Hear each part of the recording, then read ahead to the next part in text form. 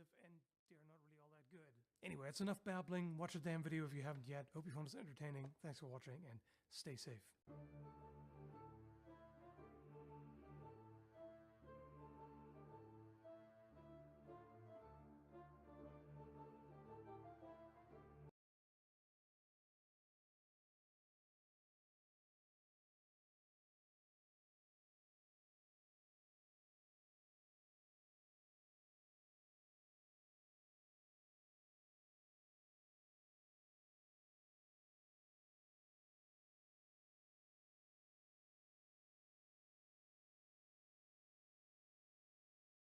This video has been sponsored by KiwiCo.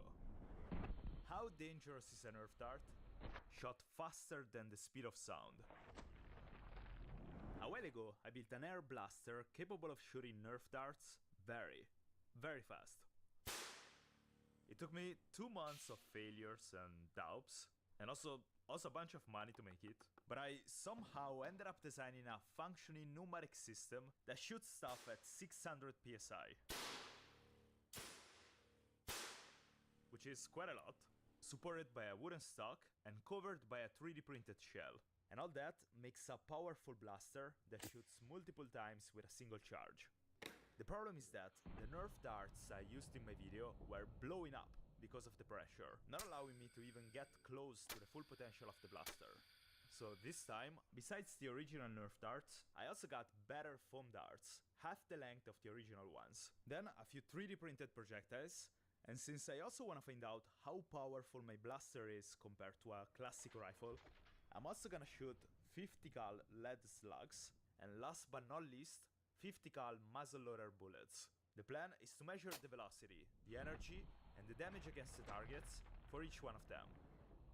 To help me with that, I got Bryce and Adam from Ballistic High Speed. They have very pretty, that's worth more than a house, and very expensive ultra slow motion cameras. So we're gonna be able to capture great shots and see things that wouldn't be visible with naked eyes and any other cameras in the world. The first projectiles we're gonna test are gonna be the foam darts. And before shooting the targets, I wanna measure how fast the blaster can shoot these things. And also find out if my Nerf blaster can actually shoot supersonic stuff, because right now, I'm not completely sure about that. When something breaks the speed of sound, you should hear a loud boom called sonic boom. And only at the very end of the last video I heard something like that, which made me believe I shot supersonic, but I never actually measured the speed of that shot. So now, we're gonna do exactly that. Also, the blaster is looking kinda weird right now, and that's because for this test, I made some modifications to improve its performance. First, I connected the air tank directly to the QEV, rather than keeping it below the barrel connected through a hose. This should dump all the air into the valve even faster, and in theory, increase the velocity of the projectiles. Then, I also removed the rear tank. Doing that sacrifices the ability to shoot multiple times with a single charge, but there is a good reason I did it. For this test, I want to be able to shoot each shot at a different pressure, based on the projectile we use and the velocities we measure. And it would take a while to disassemble the rifle and change the regulator value each time. But by not having the tank, the regulator is easier to access, and since there is so much less volume to fill, it's also easier to pump to the desired pressure for each shot. And for the first shot, I want to try to recreate the one in which I heard the sonic boom in the previous video. Blue Nerf darts and 430 psi.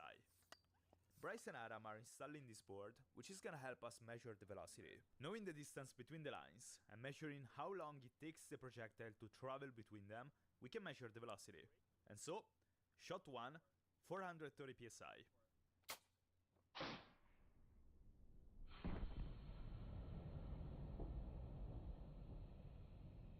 So right there, for a split second, we're getting a normal Mach cone off the back of the bullet. See it expanding up? Yes. So it should be very close to the speed of sound. And after Bryce made a few calculations and me and Adam were there for moral support, we got the official speed. 1,087 feet per second. Ooh, We're so close. So close. This means with the first shot, we got 97% of the speed of sound. So now what we do, like, do I lower the pressure a little bit or do I increase it even more? Well, the bullet is still mostly together, so it might be able to take a touch more pressure. So I tried shooting with 500 psi. But the the dart was even more damaged than before, making it slower than the first shot. So then I tried again, but with a lower pressure, hoping the dart wouldn't break. But it simply flew even slower. So the 430 psi of my first shot is actually the best combination for these darts, actually confirming what happened in my previous video. The reason only one of these two shots was supersonic though, even with the same pressure and projectile, probably comes down to the weather and a mistake I made. When I shot supersonic, I was filming in the middle of June, with hot weather and dry air. Now it's pretty cold and it rained yesterday, and since cold and humid air is much more dense, it also slows the projectile down. Well, the second reason is that to fit the blaster in the shipping box, I got out a few inches from the barrel, and that might also contribute to a lower velocity. So the maximum speed of the original Nerf darts for this test is 1087 feet per second. But I'm not gonna leave this place until I record a supersonic shot. So before moving to test the damage against the targets, I gotta prove that this thing actually shoots supersonic stuff. The problem is that the next projectiles I'm gonna use are gonna be very powerful, but they're also heavier and slower than the Nerf darts. So the last chance I have to record a supersonic shot is using the half-length darts. These should be slightly lighter, and the materials used should be a much better quality than the original Nerf darts. So my hope is that they're gonna stay in one piece, even with higher pressures. Bryce also had an idea to improve our measurement. I think the Nerf material slows down so quick in the air. I think if we just look at the first inch or two out of the barrel, it might be supersonic and then slow down to subsonic. So we're gonna do a really high frame rate, really zoomed in, and just look at the exit. And I think if we calculate just that speed, it might be supersonic. Because you can see the shock diamonds and the mach cone and everything. So I just think the Nerf is so light that it just slows down really quick. So we'll try that. So for the first shot with the half-length darts, I tried with 520 psi. No idea what happened. I haven't heard that noise before. And at this point, I kinda started to lose hope. It's apparently even worse than the previous ones. The good dart, the one that was supposed to hold higher pressures, completely blew up, and the cap came out after the body. Did I just traveled a few thousand miles, twice, just to prove that my supersonic Nerf blaster does not shoot supersonic? How is that possible though? 1096. 1096? Yeah. Oh, the cap? The main part of the... The body? Yeah. Okay. 1096. Now that changes a few things. We are 20 feet per second off. Yeah, this because the speed of sound changes with air temperature. So the temperature of the air right now, the speed of sound is 1111 instead of 1125. So we're we're even closer than we think. Why are we not getting it though? We just gotta keep trying. Yeah, I think so. So then I tried lowering the pressure to 500 psi. But it didn't change much. We always got very close, but never supersonic. But then I randomly tried shooting at max pressure, 590 psi, and this happened. Whoa! Did you hear that though? This actually felt quite promising. Now we just gotta wait for Bryce to do all the calculations. It is one of those awkward framing where it's like either on one side of the frame or the other, but I'll do it again. Come on, Bryce. Hey! Say it. Say it! Say it. I'm trying my best here. Say it. The average is 1135. I would say that either touched the speed of sound or was just above. I think that's good enough.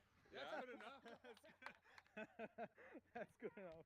Later, the software confirmed the shot was actually 1170 feet per second. And so this is officially the shadow and the shockwave of a supersonic Nerf dart.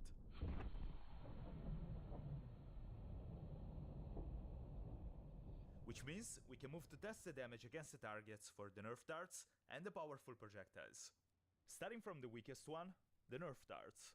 I'm gonna shoot all the shots against the targets using the maximum pressure of the blaster. And since we already know the Nerf darts would blow up with that pressure, we wrapped shipping tape around the dart. And the first target is gonna be a ballistic gelatin block. Blocks like this allow to measure the penetration of the projectiles into a substance similar to muscle tissue. And with this, begins the damage test.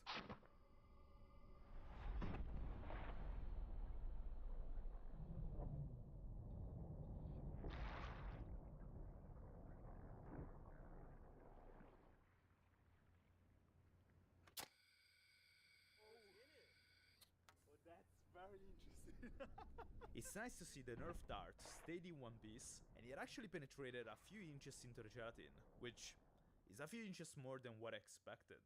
And even though I doubt it's gonna be lethal, it's worth testing it anyways. Shot 2, Nerf dart versus ballistic dummy. Ready? Yep.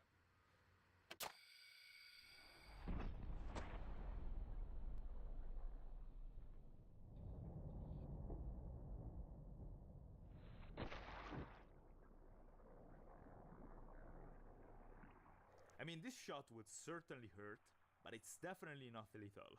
But what about the plastic darts? These bullets are 3D printed plastic, with 100% infill, and they weigh about 6.5 grams. And the first one I'm gonna shoot is a sort of experiment. Firearms barrels are usually rifled. This allows the projectile to spin in the air, stabilizing the bullet and improving both range and accuracy. Now, since my barrel is literally just a pipe, I wanna see if a rifled projectile would still make it spin when I shoot it. My plan is to shoot 3 3D printed projectiles against the ballistic gelatin, and the best one of them against the ballistic dummy. Also, things are starting to get kinda serious now, so we're gonna use shields against ricochets from now on. Shot 3, rifled 3D printed dart versus ballistic gelatin.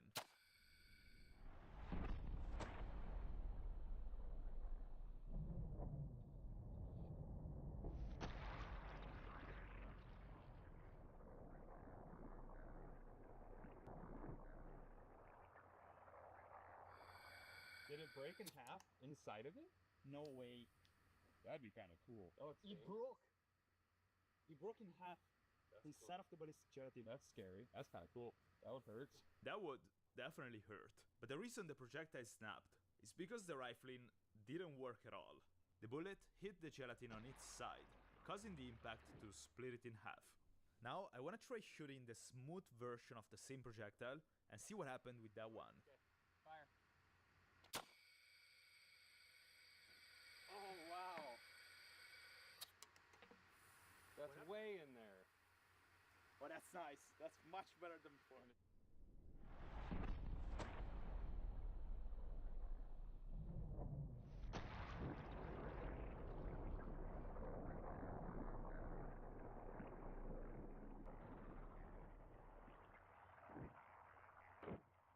Oh, much better. Look how perfect that Perfect. is. That looked just like a bullet. That's so cool. That would definitely go inside of you. This time the dart penetrated quite a bit, and you can actually see the trajectory into the gelatin. That's cool. The bullet traveled at a speed of 915 feet per second, carrying an energy of 252 joules. And so, we are definitely into lethal territory. Now this is the last 3D printed dart before moving to the heavy ones.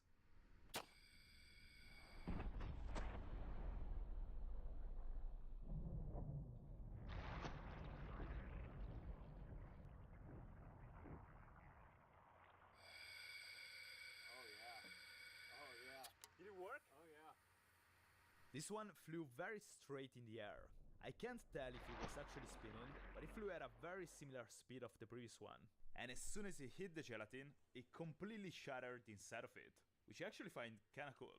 Anyways, the smooth dart was the fastest one. And so, I'm gonna shoot the dummy head with it. This thing has bones, and I have no idea if the plastic is gonna just bounce back, or actually do something to it. But I guess there is one way to find out. Oh!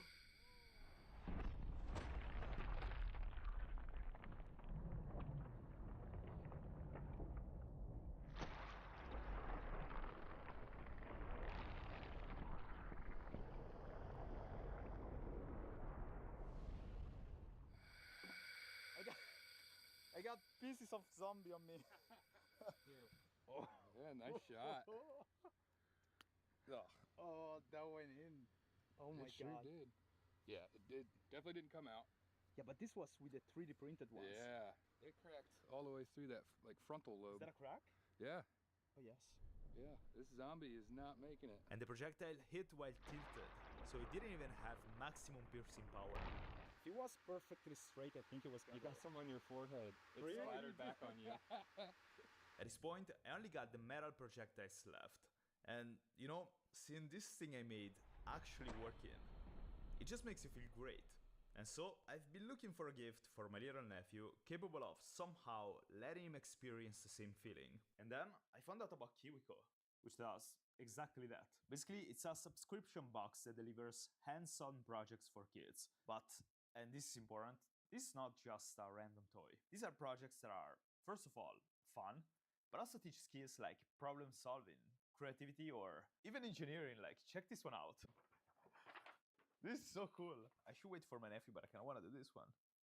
Like, imagine giving a gift that kids are excited about every single month, and you're actually doing them a favor because they're learning something very valuable while also having fun. KiwiCo is great for all ages, offering 5 clubs that explore interests like culture, technology, and art. And my favorite is KiwiCo Labs. It's all about hands-on science and engineering projects kids can rebuild and experiment with, plus immersive digital content to spark curiosity at every step. So if you're looking for something that's fun, educational, and keeps kids busy in the best way possible, try this. Go to kiwico.com/MikeShake or use my promo code MikeShake for 50% off your first crate.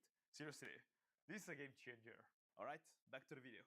So this is a 550 grain 50 cal lead slug.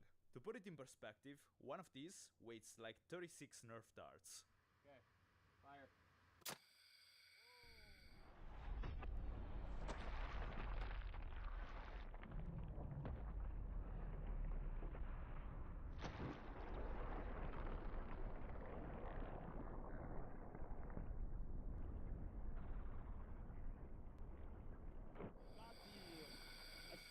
The recoil. Yeah. I felt the recoil on this one. Just over halfway. Just like that. No way. That looks like it flew pretty good. It's clean. Wow. That would have been deadly. And even though the bullet tilted, probably because it wasn't spinning, it penetrated through the gelatin way more than the previous ones. The lead slug flew at a speed of 480 feet per second, carrying an energy of 381 joules. And I'm pretty curious to see what 381 joules are gonna do to the dummy head. Okay, high speed's ready. Can I shoot? Fire. Oh my gosh.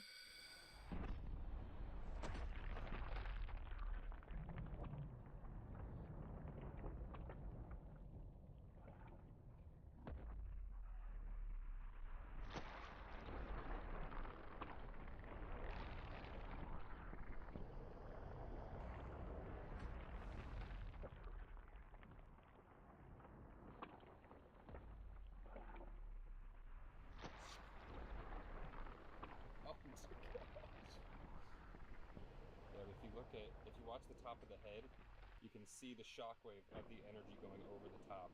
Oh Yeah, you see that? How Oh the skin is separating off of Yes. the skull. Those pieces. And it's so like intact, hardly deformed. Yeah. That was good. That was That was really very good. The slug also kept flying, and he made a hole in the wooden wall.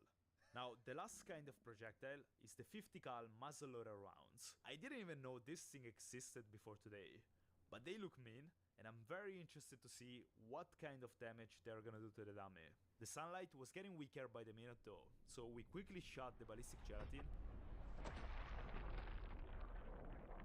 and the round started spinning inside of it, as if it was water, and then came out of the side of the block.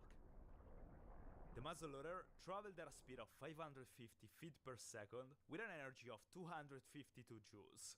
And now we're gonna see what happens to the ballistic dummy. And well, I was expecting damage, but I wasn't expecting the dummy to completely blow up. I got hit with bones over here.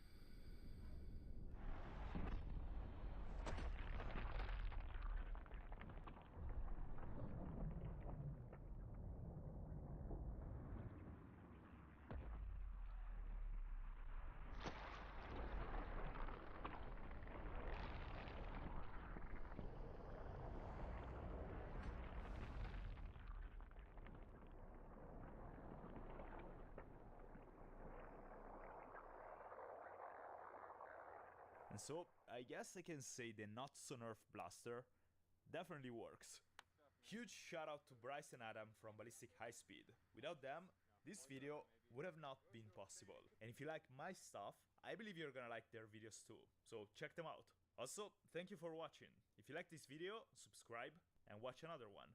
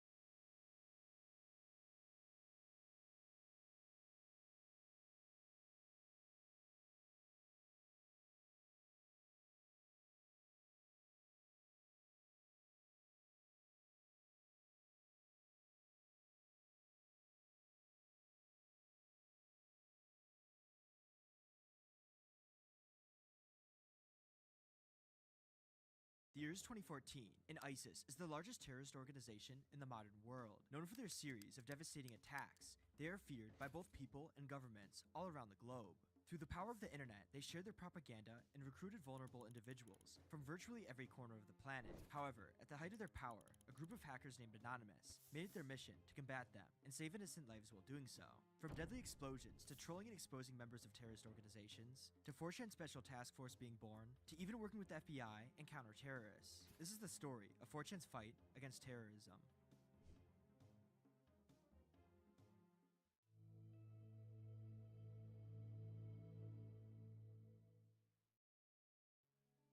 Throughout the early 2010s, terrorist organizations began to harness the power of the internet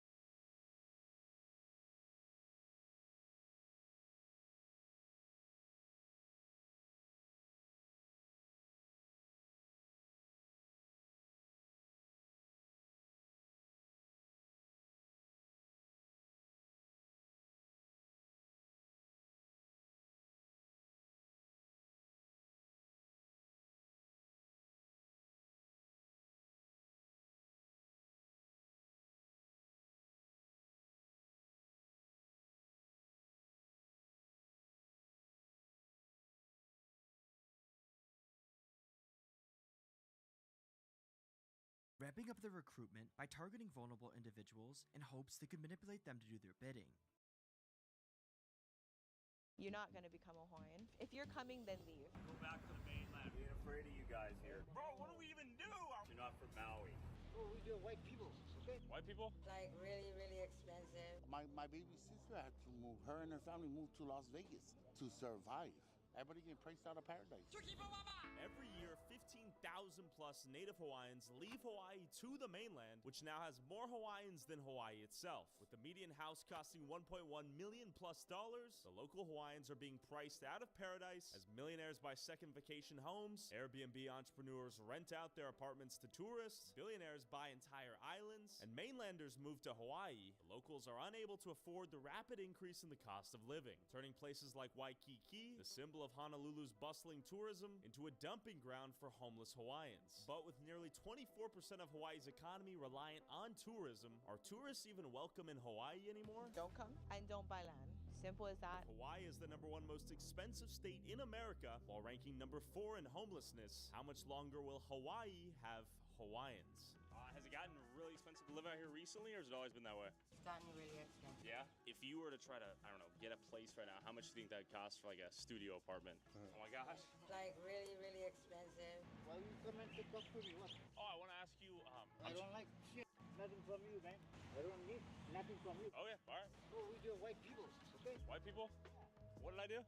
No, your people go fuck with them. I don't need you. Where are you from originally? Originally from Ohio. Okay. Been here for 20 years. Do you consider yourself local at this point? Absolutely. All my grandbabies are local. Do you feel welcomed here, or is there sort of contention? We were welcomed. We were loved. Can you explain the white people concept? That's like the haole? Yeah, your people. My people? Yeah. Because Hawaii needs visitors. Hawaii needs people to love the island like we do. Where did you live on the mainland? Lived in Michigan. Yeah. So you came out here, and the plan was to figure it out kind of when you got here? Yeah, pretty much. I mean, we get swept everywhere. I just got swept again last Thursday. Took everything I owned, everything. Do you have any current plans of getting off the streets? And look, cop right there. Yep. Yeah. How long have you been out here, Sid? 20 years. 20 years. When I had to quit my job, I gained my freedom. It was no more having to by anybody's rules. I can be out here. I can be free. Yeah. I've been camping ever since I was a kid. So for me, this is nothing but camping. You might be surprised to notice how many people from the mainland are on these streets. I mean, even as hard as it is out here, I still love it here. Usually I work a little bit and everything like that, but then I just like to skate. Looking for that perfect. No more taxes, no more BS, no more stress. Yeah, dude, you know, I got a puppy, like I said, my friend freaking. Yeah, so you can show me your crib tour. So you have that inflatable setup to lay your body on? Basically it. That's it. We need help. You say you got housing for the homeless? Yeah. Where is it? I have a friend of mine, her name is Angela, and she works every day. She works the graveyard shift at the airport, and she's homeless. There are people out here who got jobs, and they can't afford housing. Aloha. All right, we're seeing tents strewn along every aspect of this beach. Tent after tent after tent. It's pretty unreal just how many people are out here. What's your name? Bob. Bob, good to meet you, Bob. How'd you end up on the beach out here? If you want to watch extended convos with guys like Bob, DLC content with Uncle you'll meet later in this video, exclusive videos never uploaded to YouTube, and early access to every video of mine before it goes up on YouTube, you can subscribe to my Patreon at patreon.com/TylerOliveira for as little as $5 a month. Help support our boots on the ground journalism and go watch the Hawaii DLC content after you finish watching this, and then stay tuned and watch the next video before anyone else sees it on YouTube at patreon.com/TylerOliveira. I don't know, I just got here and I stayed here. How is it living out here on the beach? Is it tough? Is it pretty easy with the weather? I like it. How'd you end up here on the beach? Couldn't pay rent. How much was your rent at the time? At least 500 for 500? a studio, like shack really, up in Nanakuli, so. A lot of people getting priced out of their homes out here? Pretty much, yeah. Do you have any family members or friends who have moved to the mainland because it got too expensive out here? Absolutely. So I'm one of 6 kids, and I am the only one currently living here in Hawaii. Where do they go? One went to Ohio, Okay. 2's in Nevada in Reno, one's in Washington, and one's kind of floating all over. And they left for better job opportunities, better wages?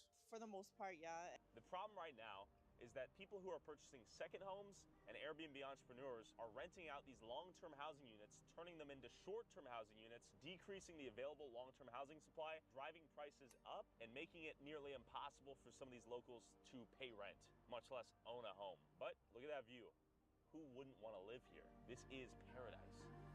So I met up with lifetime Honolulu resident David to understand the culture of Hawaii a little more and the underlying tensions between Hawaiians, locals, and white people. David, how long have you lived here in Hawaii? 25 years, born and raised. Okay, but are you Hawaiian? I'm not Hawaiian. I'm Italian, Filipino.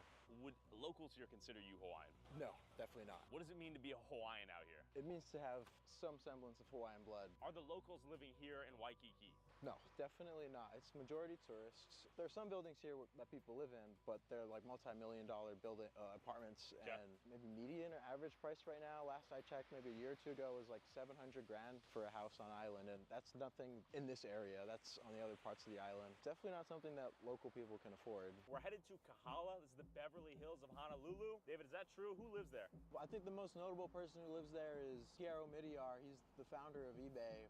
Anything out here, it's safe to say, Definitely over a mil? Definitely over $1 million. You're not gonna find anything less than that here. So that's a nice little mansion right there.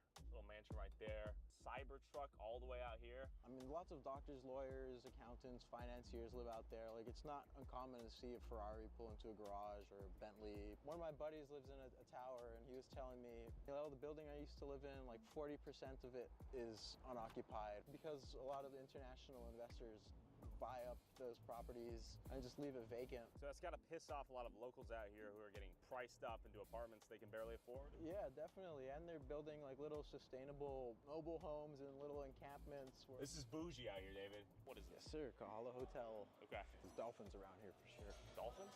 Look at him. There he is.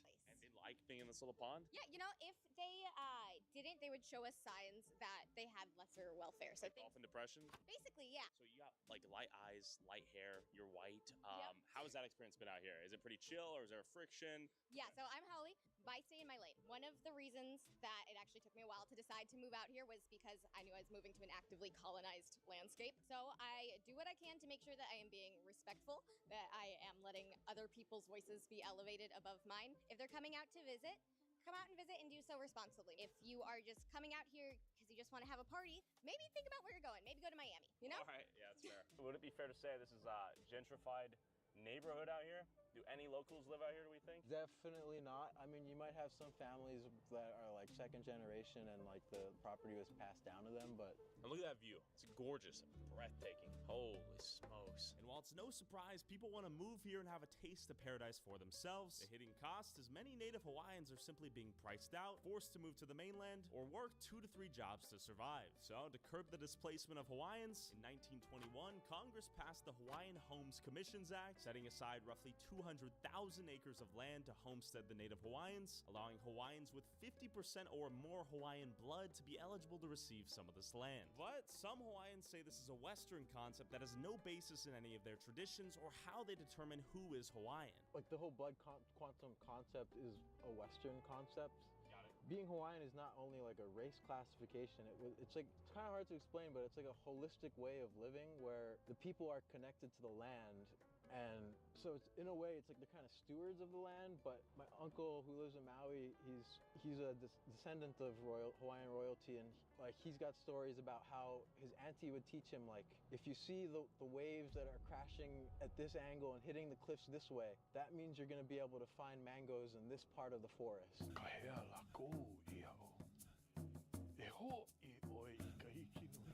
It's like being able to read nature and being one with nature. So we pulled up on David's homie Jamin, who is a local like David, but has Hawaiian blood unlike David. What does he think of the Americanification of Hawaii since its occupation? 1893, United States annexes Hawaii. What are your thoughts on that? What is your family's perspective on, is this currently occupied land? Actually, 1893 was the overthrow. Okay.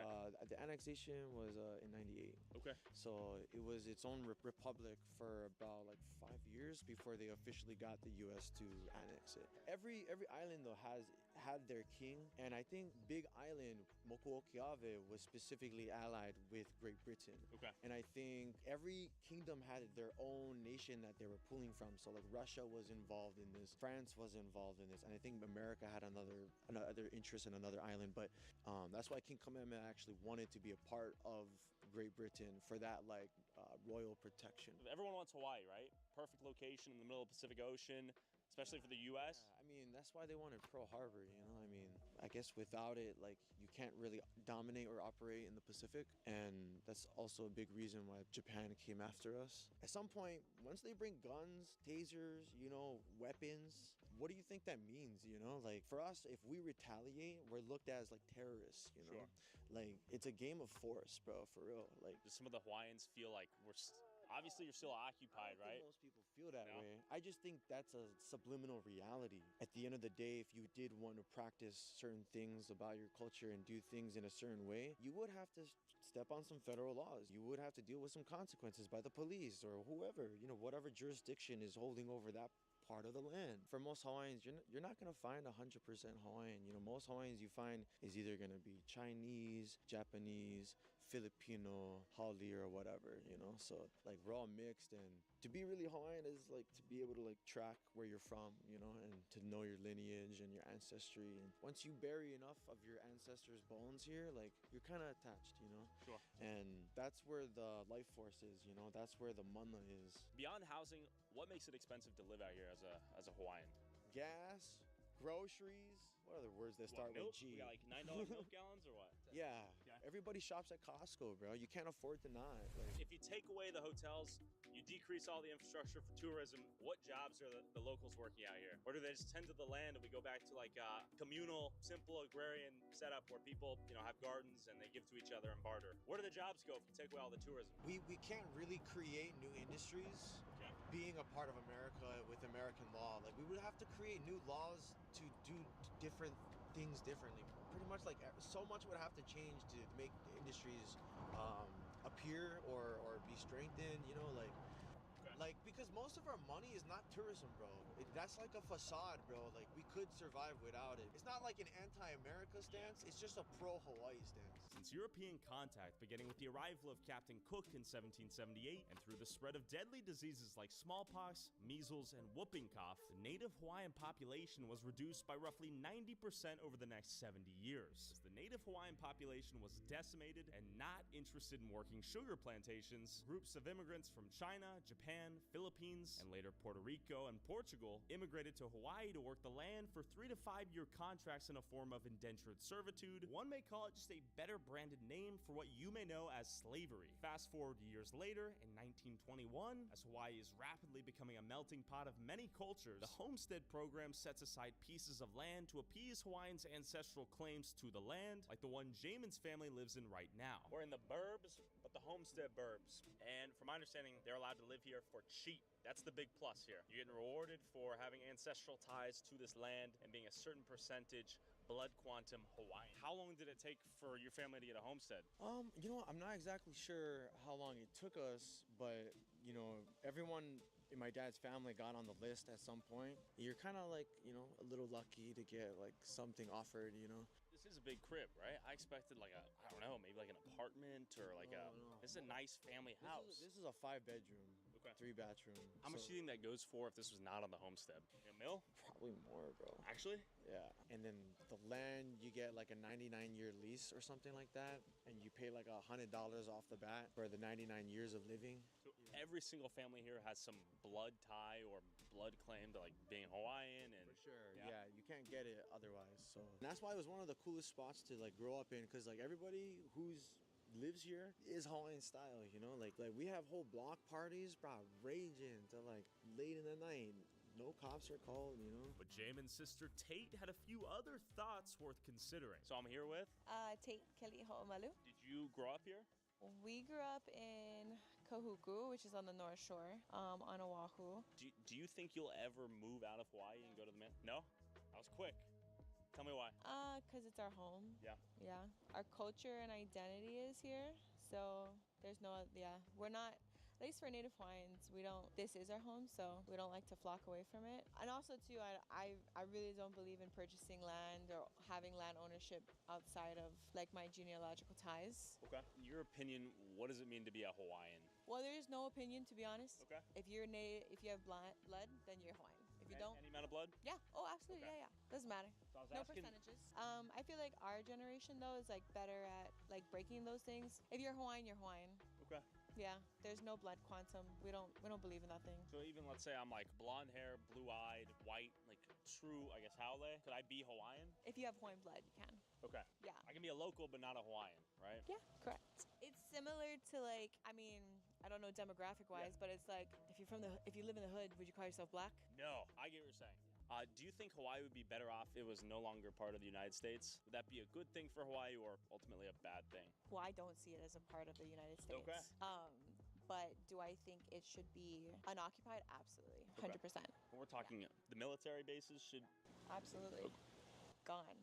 What does the United States of America mean to you? When you think of the USA as a country, as Hawaii's role in it, is it just like a subjugator? I think the United States is stupid. But my main concern is that they illegally occupy Hawaii. So I don't think that they should have at least jurisdiction here in Hawaii with governance. Okay. As a Hawaiian, what are your thoughts on the tourists that come here to Hawaii?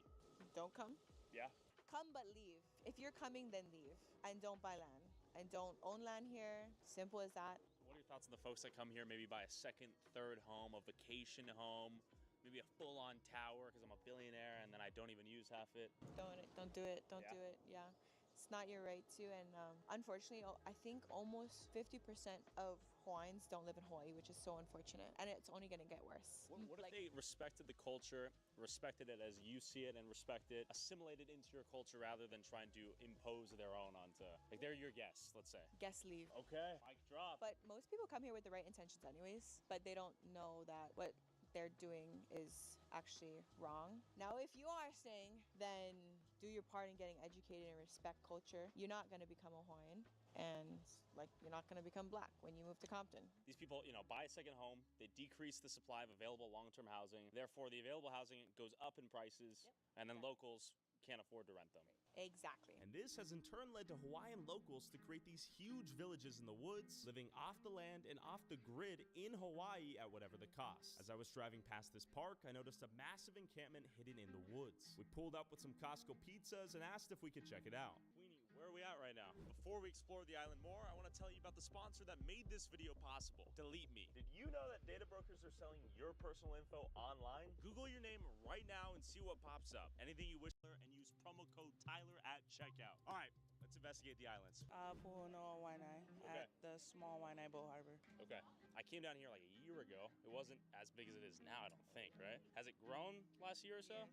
Yes, it did. How many people live out here?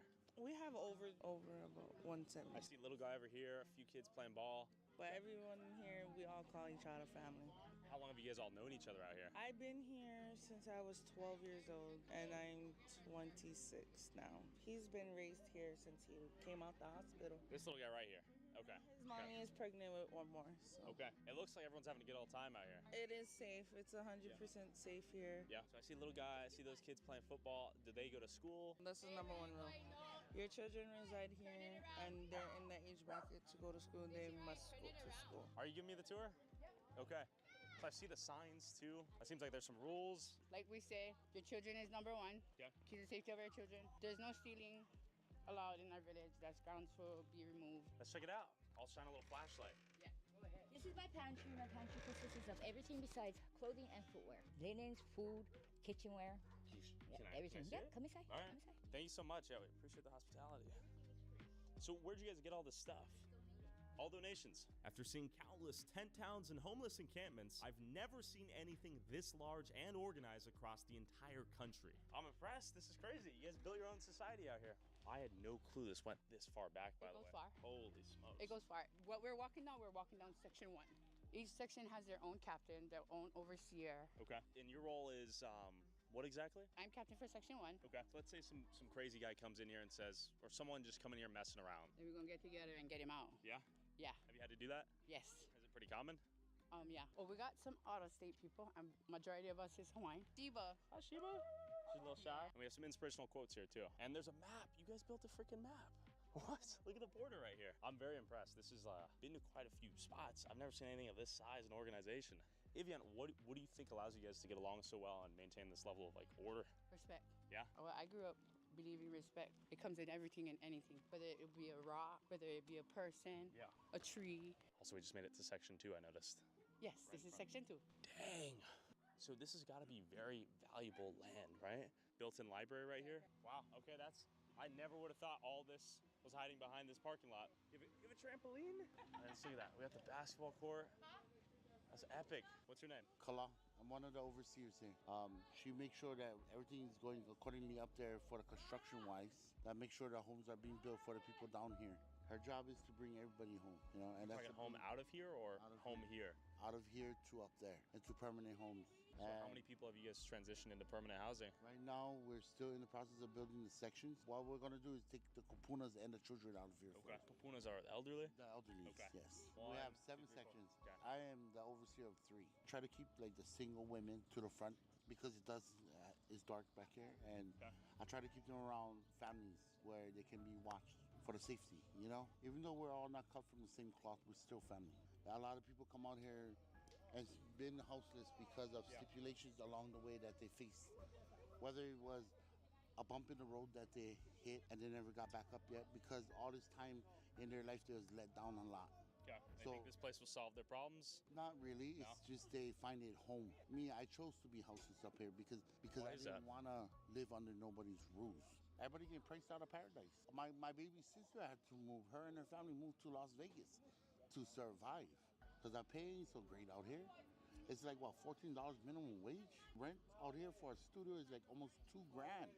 But people with family working 2-3 jobs, who is there at home to raise the children? After seeing countless locals priced out of their home in Oahu, I flew over to the island of Maui to see what has happened to the locals here nearly 1 year after wildfires destroyed 2,200 structures, caused $5.5 billion plus in damage, killed over 100 people, and displaced over 6,000 people now currently living in hotels, temporary housing, or tents on the beach. What does the future look like for people now on the streets? And are tourists coming back to Maui helping or aggravating the situation of those currently displaced? We have made it to Lahaina. This is your first time here?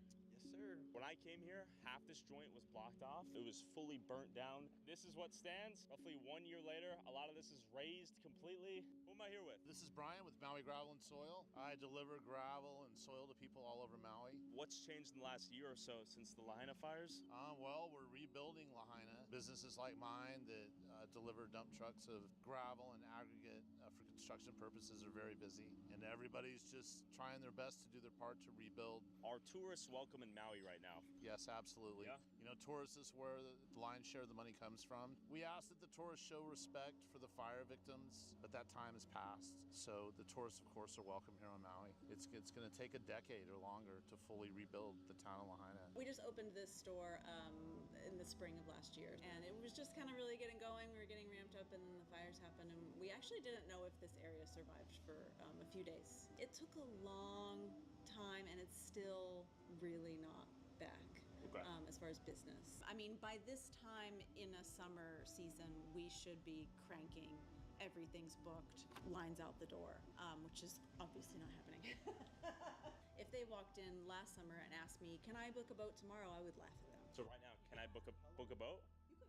Okay. Brother Jay, how long you been here in Maui? 27 years, bro. Okay. Were you here when Lahaina fires happened? Yeah, we was here, bro. We was here. My wife's born and raised up Lahaina Luna. I'm from the other side of the island, yeah? Where are you from before Maui? Atlanta, Georgia. So you have the Hawaiian accent, though? Yeah, been out here a long time. You're a full-on brother now? I'm a hybrid. What's going on here in Lahaina? Same bro. There's no water. No drinking water?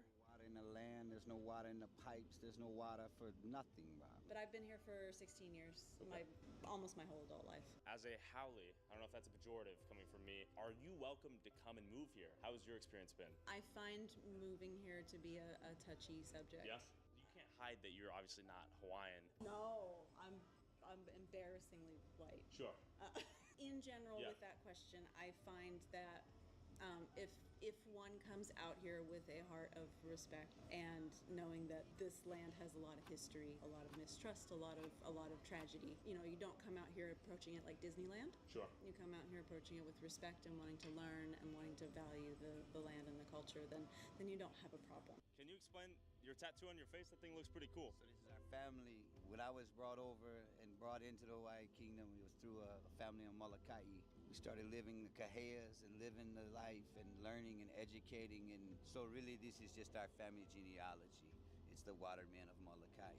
What are your thoughts on brothers not from here, or maybe just like from California getting a tattoo of like a turtle in Hawaiian fashion? I don't give a fuck they do. Okay. I don't give a You know what I mean? Each his own journey, bro. Each his own journey. How important is tourism to the economy holistically? Exceedingly important. Okay.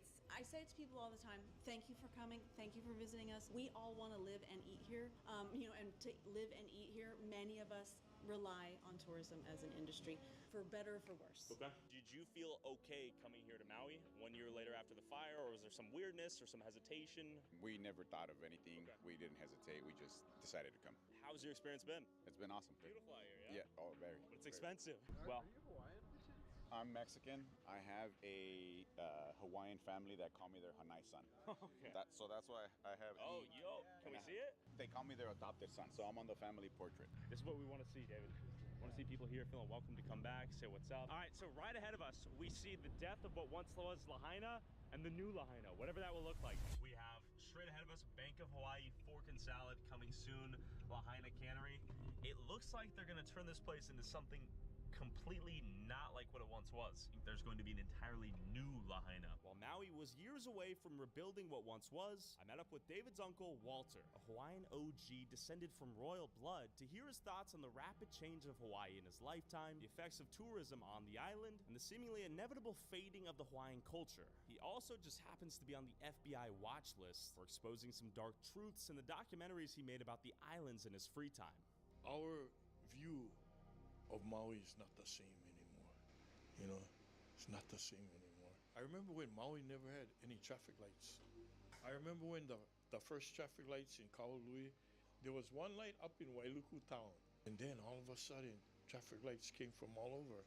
When it was just stop signs, people used to stop at the sign and wave to their friend across at the other stop sign and tell them, hey, you know what, my daughter's got a birthday party Friday, you guys want to come? Yeah. And the other guy on the other stop sign would say, oh, I can come too. Yeah, you can come too. And that's how Maui was, everybody was friends. Everybody had aloha. Now that get the traffic lights, get 3 cars running through the red light. I may have done that on accident today. On accident. What is this world coming to? No, we're not mad at the people that came. It's just the change that decided. Because I believe the Hawaiians left. We're gonna come back and we're gonna kidnap you if you're down. Okay.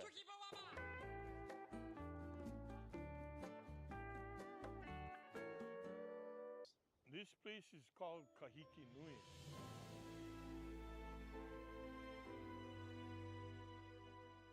When did you end up with this land? Back in the 1990 something, but this land consists of 20,000 acres, and this is Hawaiian homeland. Right? How much do you think this would sell for on the market? Priceless. Priceless? Right. $1 billion view, in my opinion. Right. Billion with a B. And speaking of billionaires, Oprah lives out here somewhere, right? Yeah, in Ulupalakua. I imagine she paid a lot more than you did to live here, right? Pretty much. Yeah. So I'm honored and I'm privileged to be here. And you also have a crazy story on your dad's side too, right? Yeah, he had some land up in Waihe, and the plantation owner, sugar plantation, needed the land. They tried to convince him that he should move out so many times, and he wouldn't do it. Finally, they accused him of having leprosy. Okay. And they shipped him to the island of Molokai. And I know that he wasn't the only one. And he didn't even have leprosy? When he died, the autopsy showed no signs of leprosy. So that was a tactic what Americans were using to steal land from? To get the land. Okay. He died in the leprosy colony with no leprosy. Taken from his family, his friends. Yeah. Okay. It's not easy to come out here and build. Did you build this house right here? Yeah. Bare hands? Yeah. Dang. Can we see the guns? Guns? Let's say the average Hawaiian. Are they going to end up on the mainland just getting driven out, or are they going to end up on the streets out here? There's only so much land, and The Department of Hawaiian Homes, they should address the problem. Why people are leaving? Why are people leaving? And they got so much land. There's so much land, like 20,000 acres over here, and only 20 of us got homes. Why don't they let more? when did you start noticing millionaires and billionaires coming in here and buying second homes, vacation homes, turning them into Airbnbs, and now forcing property taxes to go up that they can't afford Well, I to pay? noticed it back in the late 60s and the early 70s. Okay. The winter birds are coming in. If we didn't welcome foreigners, I wouldn't have my wife. I see. There she is. 50 years of happy marriage, right? 51 years. So he built this with his bare hands, for context. We're at the bed, double bunk bed. Yeah, for the kids. It's beautiful. It's kind of it's so quiet out here. It gets me. I've been to such a quiet, no noise pollution, no light pollution, no pollution at all. You told me Oprah lives around here. Do you think there's that sort of aloha I give to you and you give back to me mentality when it comes to like the ultra rich and some of these people building resorts? Honestly, they got money to throw away. Yeah. And so they keep buying and buying and buying. And that's their privilege. So you can't stop them from doing it. You can help so many people. I mean, I don't have Oprah money or anything like that, but I think the perspectives alone have value. If my father can do, then I can do. Whatever he can do, I can do. So your job is to let people know that they can do. I listen to the voice of my ancestors. They cry out to me, return to the land of Kahiki Nui. Ualohe au ina leo o nā kupuna. Kahea lako I au. E ho I oe I Kahiki Nui. Ka aina o kou kupuna. E ho I oe I Kahiki Nui. Ka aina o ko aloha. Ke akua. Make au e nana I ko maka. When I first came to the land out here, I came out here and I was camping on the grass. And in the middle of the night, an owl came in, perched himself right on my shoulders. The thing that came to my mind was, if this is the owl's home and I'm in his home, then he's welcoming me home. And that night I also wrote that song. Major shout out to Uncle Walter, David, and Jamin. Go subscribe to David and Jamin to learn more about the culture of Hawaii as they start their new YouTube channel, and check out Walter's documentaries below. Thanks for watching.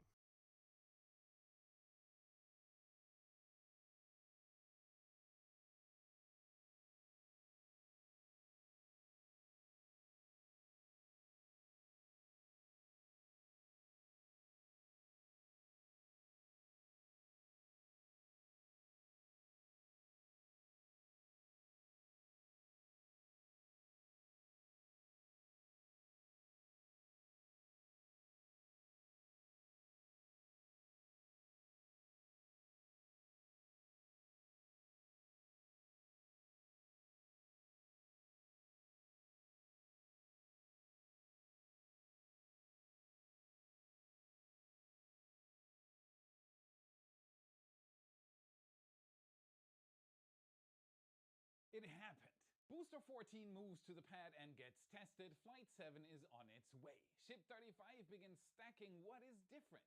Work begins at the Cape, just the wrong kind. NASA announces Artemis 2's new launch date later than expected. The new NASA administrator has been announced. Can he bring the needed change? Is NASA heading into a new golden age like it did during Apollo? My name is Felix, welcome to What About It. Let's dive right in. Starship updates. Things are really heating up at Starbase as workers prepare for Starship 7's orbital flight test. The first thing that needs to be ready is the launch pad, and it seems it is, as testing kicked off yet again on the 4th. Things started pretty simple with a quick purge of the booster quick disconnect, which was followed by a full test. Once done, SpaceX tested the Raptor Quick Disconnects, which are used to start the outer ring of 20 Raptor engines on launch day. These tests are the final steps of verification to show the pad is in fact ready for launch. But this is just a pad. The vehicles have seen even more work, so let's check those out.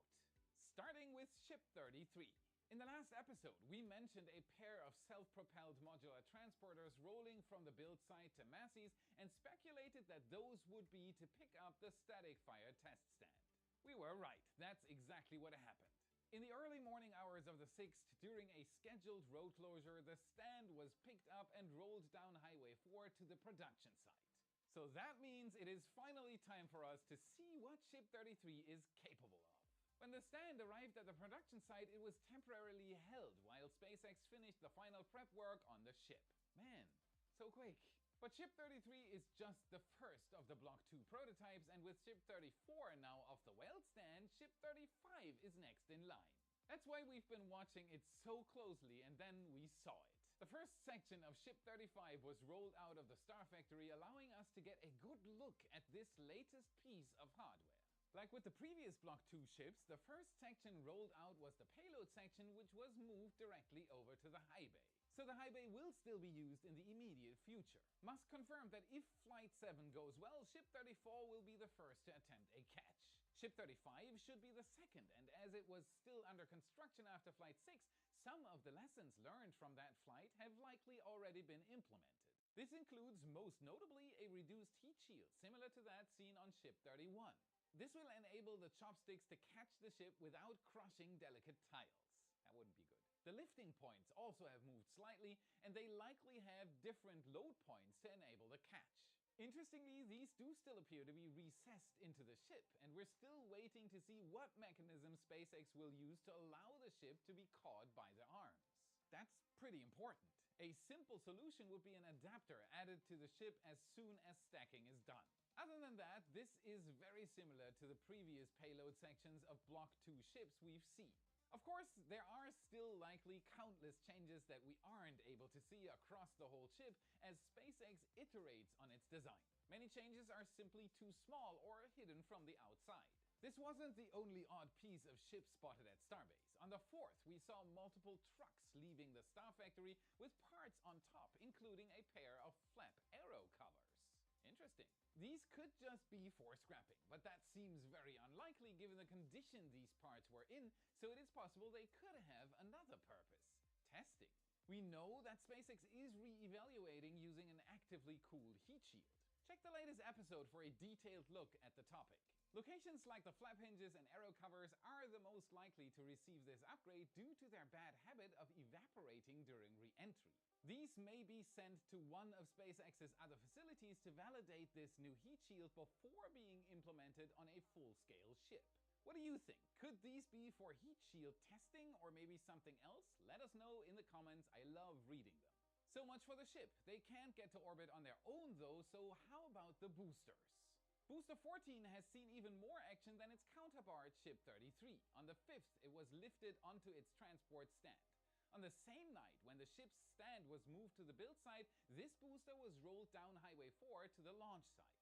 But before I tell you about that, we've looked into our channel metrics, and there are over 2 million returning monthly viewers who have not subscribed yet.